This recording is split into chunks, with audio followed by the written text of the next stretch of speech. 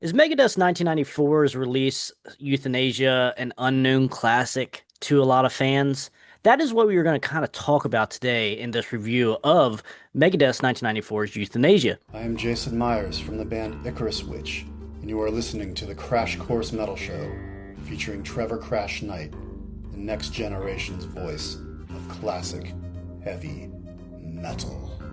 So, welcome into the Crash Course Metal Show, guys. And today we are going to be talking about Youthanasia from Megadeth, which is their sixth studio album coming out in late 1994. It did eventually go platinum within the first year in 1995. So, you do have 12 tracks on here. It is from Capitol. You do have the classic lineup here from Menza on drums. You have Marty Friedman on guitars. You have Dave Mustaine, obviously, on vocals and guitars. And then you have Dave Ellison on bass.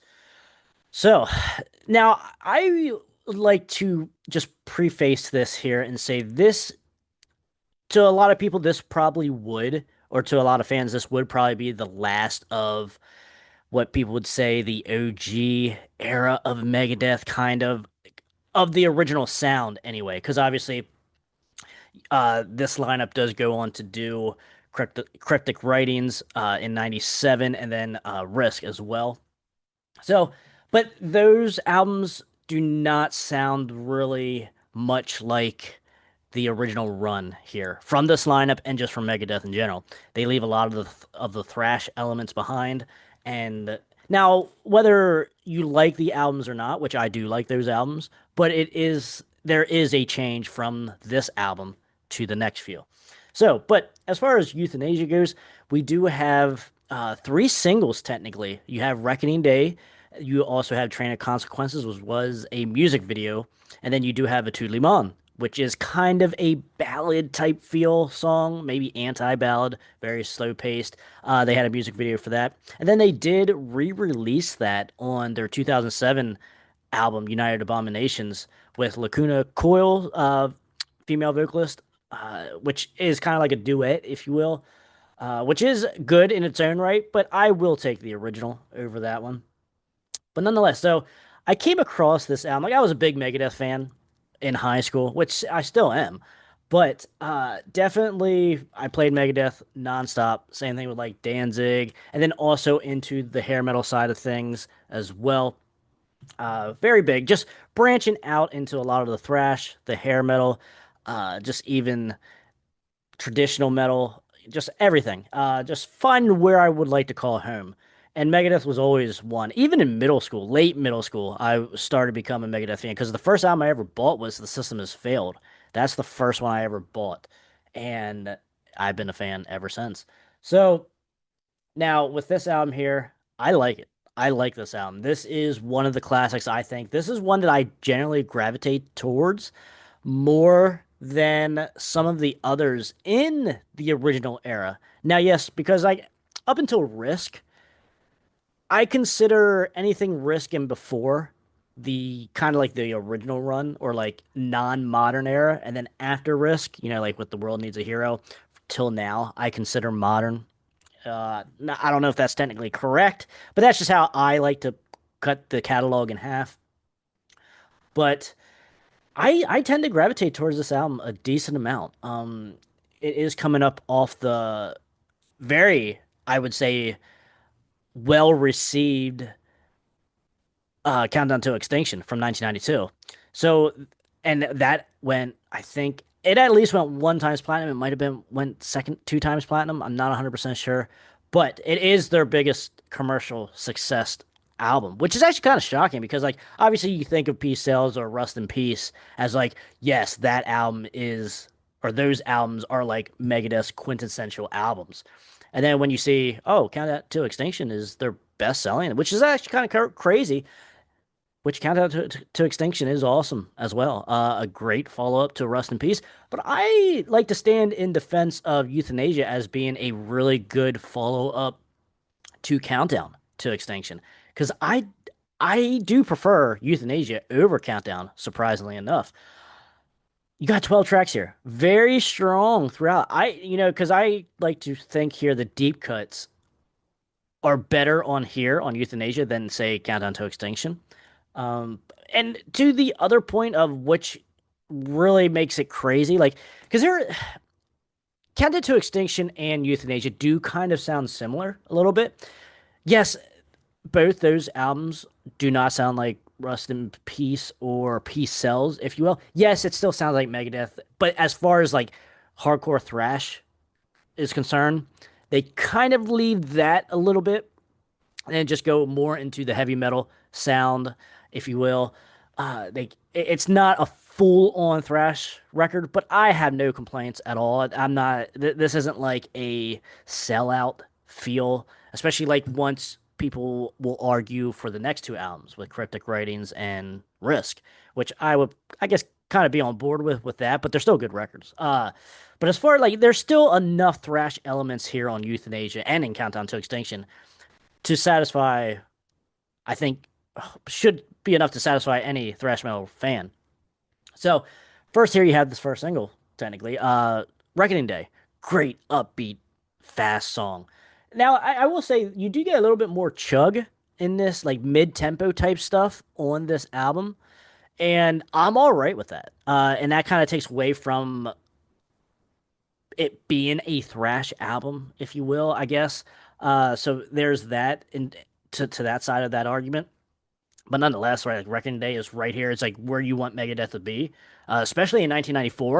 1994, like the whole metal landscape changed by this time. 1992, and then releasing this in late 1994. I give them props for not really changing with the times. This does not sound like a 1994, 1995 heavy metal album, in my opinion. It sounds like it's still it could have easily came out in 1991 or 1992. And great production all the way around too. It was produced by Max Norum, which is kind of crazy. Not crazy to think about, but like he had his foot in the hair metal scene and the heavy metal scene, traditional metal, like, and obviously here in the thrash metal, because he did do Death Angels Act 3. He also did, like, for the hair metal fans, Dirty Looks. He was a part of produced Dangerous Toys, Bangalore Choir. Hell Good yes. shit all the way around. Like, he is a good producer, and he did do Countdown to Extinction, I believe, and also Hidden Treasures, which is like the EP after this album that came out in 1995. And obviously, he did Euthanasia here. Yes. Now, next track here is Train of Consequences. I love that riff at the beginning. This is a very good song. One of my favorite songs, probably off the album. Uh, cool music video as well. Has harmonica in this as well. And Elysian Fields is also another one of those songs I actually adore on this album. That and Train of Consequences have harmonica on here, so like there is a little bit of throwing something else into the mix here, which is actually really, really cool to see from Megadeth. I'm cool with that. Like, I mean, obviously you're gonna get like your diehards or your thrash diehards saying, no, no, no, no. We want just Rust in Peace, Peace Cells all the time, But like, I like the addition of a couple different instruments here. It works. Now, track number 3 here, Addicted to Chaos. Always one of my favorites. When I was a teenager, when I first listened to this album, that was one of the songs that really, um, as far as like maybe a deep cut, if you will, that I absolutely loved right from the start. Love the mid tempo pace, slower pace even. And then you go on here to A Tout Le Monde, which is, you could argue, maybe one of Megadeth's bigger songs in their catalog, like most well known songs in their catalog. Great slow pace song. Awesome. Very emotional. Very good song all the way around. Highly recommend that. They did have a music video for that as well. And now track number 5, Elysian Fields. Great. One of my favorite songs when I first heard this album. Great stuff. And I will say this album, I didn't like it as much as I do now, like say when I was younger. But as time is going on, like I find more and more deep tracks on here that are absolutely great. And especially when you throw in the context of 1990, late 1994, and an album like this that still stays true to who the band was, I cannot really talk much bad about that at all. Just great stuff, and I just enjoy it every spin, every year that goes by. I absolutely love it more and more. Now coming here, even to deeper tracks here, we're going to the Killing Road, Blood of Heroes, Family Tree, good stuff. Good stuff. Now it is in the middle of the album, so some people might say, "Hey, I kind of fall asleep here," but I don't. And that's kind of like really taking that to the extreme. Maybe overselling that, but like these are good songs, mid tempo as well. There, like I said, there is a little bit of a mid tempo chug in some of these songs, like so it's not all fast like you would expect, but neither was necessarily Countdown to Extinction either. Um, and people absolutely love that album, and rightfully so. But I just I like I said before, this is a perfect, maybe not perfect, but as close to perfect as you can get to a follow up for the commercial success that was Countdown to Extinction. Moving here, track number 9 is the title track. Always enjoyed it. I always enjoyed the artwork for this as well, and that I love Euthanasia, the song, like what they talk about, like how you know government, Federal Reserve, more or less, just sells out the youth and to like crime, violence, drugs, like just no future. Just absolutely awesome. And that was even in the 90s. Now it's what 2020s, late mid 2020s, and it's only getting worse.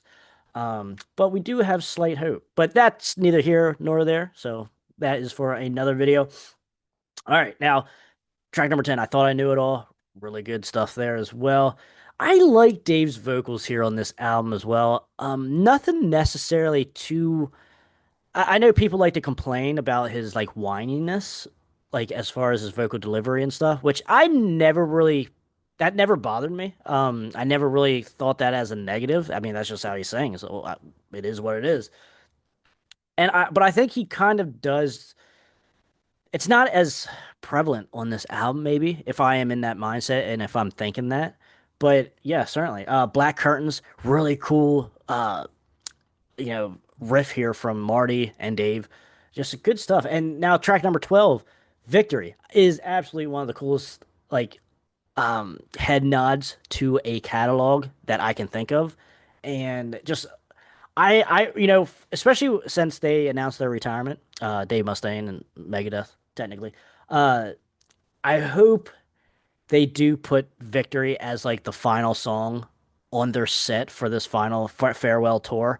It just fits perfectly. It would just fit perfectly as their final song, as like the encore song, the last song that they do for that night. Just that would be awesome because he talks about like he brings all the titles of albums and songs um into the lyrics here, into the song structure, and it's absolutely cool. It's so works. It's awesome. One of the coolest songs on here, just all the way around, like as far as writing goes. And that's something to be said about because Dave does write some great songs. But now, which is also interesting to the point of this was kind of really a band effort as far as writing goes and such. Like all four of the guys helped with the songwriting, with lyrics, with more so than before, from my understanding anyway. So that's kind of cool. So maybe that's why we get a little bit of variety of things on here. But nonetheless, though, 12 tracks, solid 12 tracks. I love this album, man. This is one of my, you know, I absolutely love like all of Megadeth's catalog, and they're like certainly a top 5 band for me from every genre. So it's like I don't know. I don't want to say a top 3 because I did do a Megadeth album ranking, and if you guys want to check that out, check it out right here or in the description below. But man, sometimes it just changes. But as of now, man, I've been pounding Euthanasia here, and it's just like I said, every year, man, it gets better. I just absolutely love it. And it's just kind of unknown a little bit too. You can't really say a platinum album is really unknown, but when you compare it to the rest of the catalog, obviously you talk about Rust in Peace. Obviously you talk about Peace Cells. Obviously you talk about Countdown to Extinction. There's other albums that I think in the Megadeth catalog that gets talked more about than Euthanasia, which Euthanasia can hold its own. Not necessarily saying it's better, but it certainly holds its own to a lot of the other stuff in the catalog. Uh, and it was just around that weird time. Certainly after the cutoff of say 1992, where metal, the landscape of metal just absolutely changed for thrash, for hair metal, for a lot of different genres. And 1990, late 1994, 1995, and we're getting something this good and sounds this true and classic. I don't know. I don't know. That cannot be overstated, I think. Of the death of Kurt Cobain, do you feel like saying something or? He was a good aim.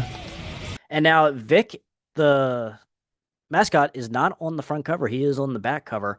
And, it's pretty cool. Vic there with the baby, just these album covers just make, while you're listening to the record, just makes your mind wander, along with the album and the lyrical content and just other things as well, which is awesome, which all you can ask for great artwork, album artwork. So that's a big plus. So I think for today, guys, I think we are going to be doing, as far as a rating, we're going to be going with a 4 out of 5 for Youthanasia. I could put this on and just enjoy it the whole way through. Awesome stuff. But it's not my favorite Megadeth record. So we got to maybe hold the brakes just a slight bit. But still, 4 out of 5, of course. I'm going there. And as far as like three of my favorite songs on here, let us go with Victory, the final track. We can also go with Elysian Fields, I think. And then Addicted to Chaos, man. Every time that comes on, I just love the beat, love the riff, just love Dave's uh, delivery of that song. Awesome stuff. And you have the classic lineup here, so there's that too. So obviously, it's going to get a 4 out of 5 here for me. Let me know in the comments what you guys think of Youthanasia and just of the time it came out too. Let me know of that context for you guys, if you guys remember when that came out as well, and did it kind of surprise you? Because there was only like two. I seen it said 3 singles, but Wikipedia only shows 2 singles. So I don't know if they just are going by maybe like music video singles as 2, because I'm pretty sure there's not a video for Reckoning Day, and I can't say I ever seen it if there is. And I've been looking for a long, long time. So yeah, definitely 2 singles, and it still went platinum in 1995. Get the fuck out of here. That's awesome. Like you can't ask for much better than that. And you could argue maybe they're playing, riding off the coattails of this very successful Countdown to Extinction. But still, 1995, a lot of shit in metal is just getting decimated and just not looked at or selling or what have you, promoted. And Megadeth was still able to pull a platinum album out of their ass in 1995. So that alone is awesome. So, guys, hope you guys stay out of that collateral damage. Thanks so much for watching. And if you guys enjoyed this Megadeth video, check out the other ones that we have right here.